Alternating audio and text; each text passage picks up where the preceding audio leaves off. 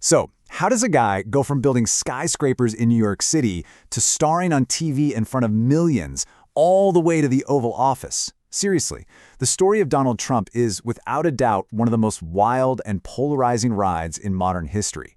So let's really break down how it all went down.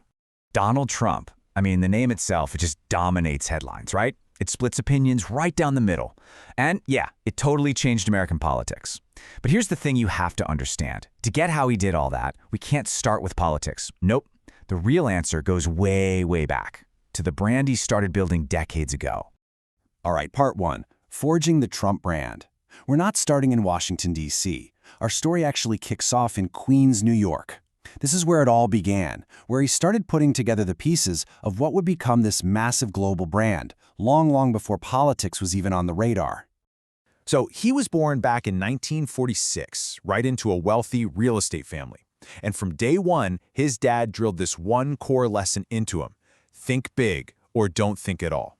He was, by all accounts, a really energetic, kind of aggressive kid. So much so that his parents actually sent him to military school, to try and instill some discipline.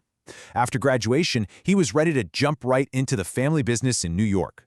But here's the thing. He wasn't just going to stay in the family lane. No way. He wanted Manhattan, the big spotlight. And he figured out how to get it.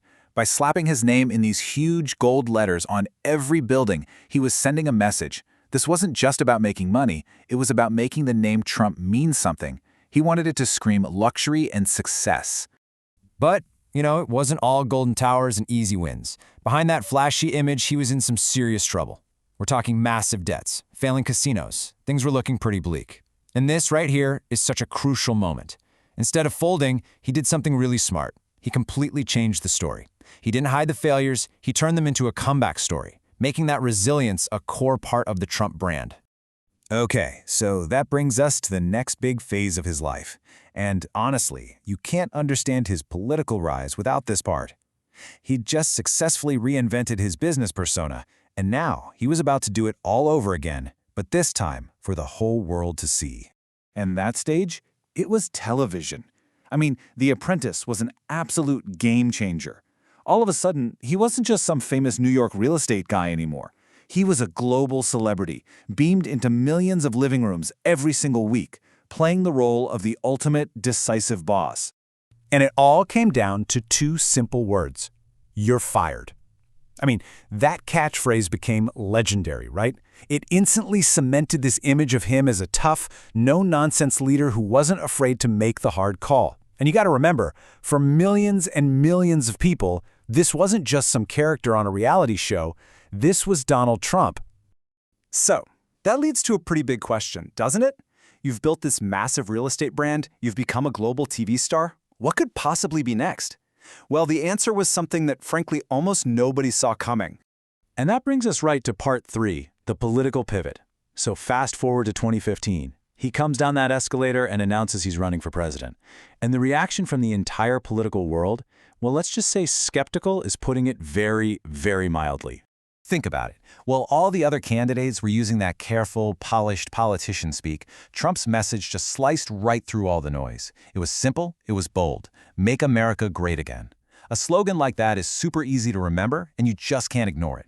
He was basically taking everything he learned from branding his buildings and his TV show and aiming it straight at politics. And the experts, the media, the critics, they pretty much laughed it off. To them, he was just a reality TV star playing politician, not a serious candidate at all. But they were missing something huge, something really important. Because while they were dismissing him, a massive part of the country was listening. And his message was connecting with people who felt totally left behind and ignored by politics as usual. Okay, and this really pulls it all together. When you look at it this way, you see the clear step-by-step path. Step 1, build a powerful brand that equals success. Step 2, use TV to become a household name and craft that image of a strong leader. And then, Step 3, cash in all that fame and brand recognition to launch one of the most unbelievable and ultimately successful political campaigns we've ever seen. And then, in November 2016, the impossible happened. He won. Which brings us to the last part of our story today, his time in office as the 45th president and the controversial legacy that he's still shaping right now. I think we can all agree his presidency was Well, it was unlike anything we had ever seen before. People used a lot of powerful words to describe his leadership style. On one hand, you have strong and dominant. On the other, you have unpredictable and, of course, controversial. He constantly challenged the old way of doing things, shook up global politics, and just absolutely dominated every single news cycle. And wow, was there any middle ground? Not really. The country was completely divided in how they saw him. For his supporters, he was this fearless champion, fighting for them against a broken system. But for his critics, his words and his actions felt like a genuine danger to the country's core institutions. You know, most former presidents kind of fade away, right? They write their memoirs, they step out of the spotlight. Not him. His influence absolutely did not end when he left the White House. He has stayed right at the center of it all, a totally dominant force in politics and the media, still grabbing headlines every single day. Which brings us to the one thing that I think almost everyone agrees on, no matter what their politics are. Love him or hate him, you just can't ignore him. His impact was, and is, absolutely undeniable. He didn't just participate in politics, he completely reshaped the entire landscape. So when you really boil it all down, what is the Trump story about? It's not just one thing, is it? It's about massive ambition that started in real estate. It's about understanding the incredible power of media. It's definitely about controversy. And ultimately, it's about a legacy that is still unfolding right before our eyes.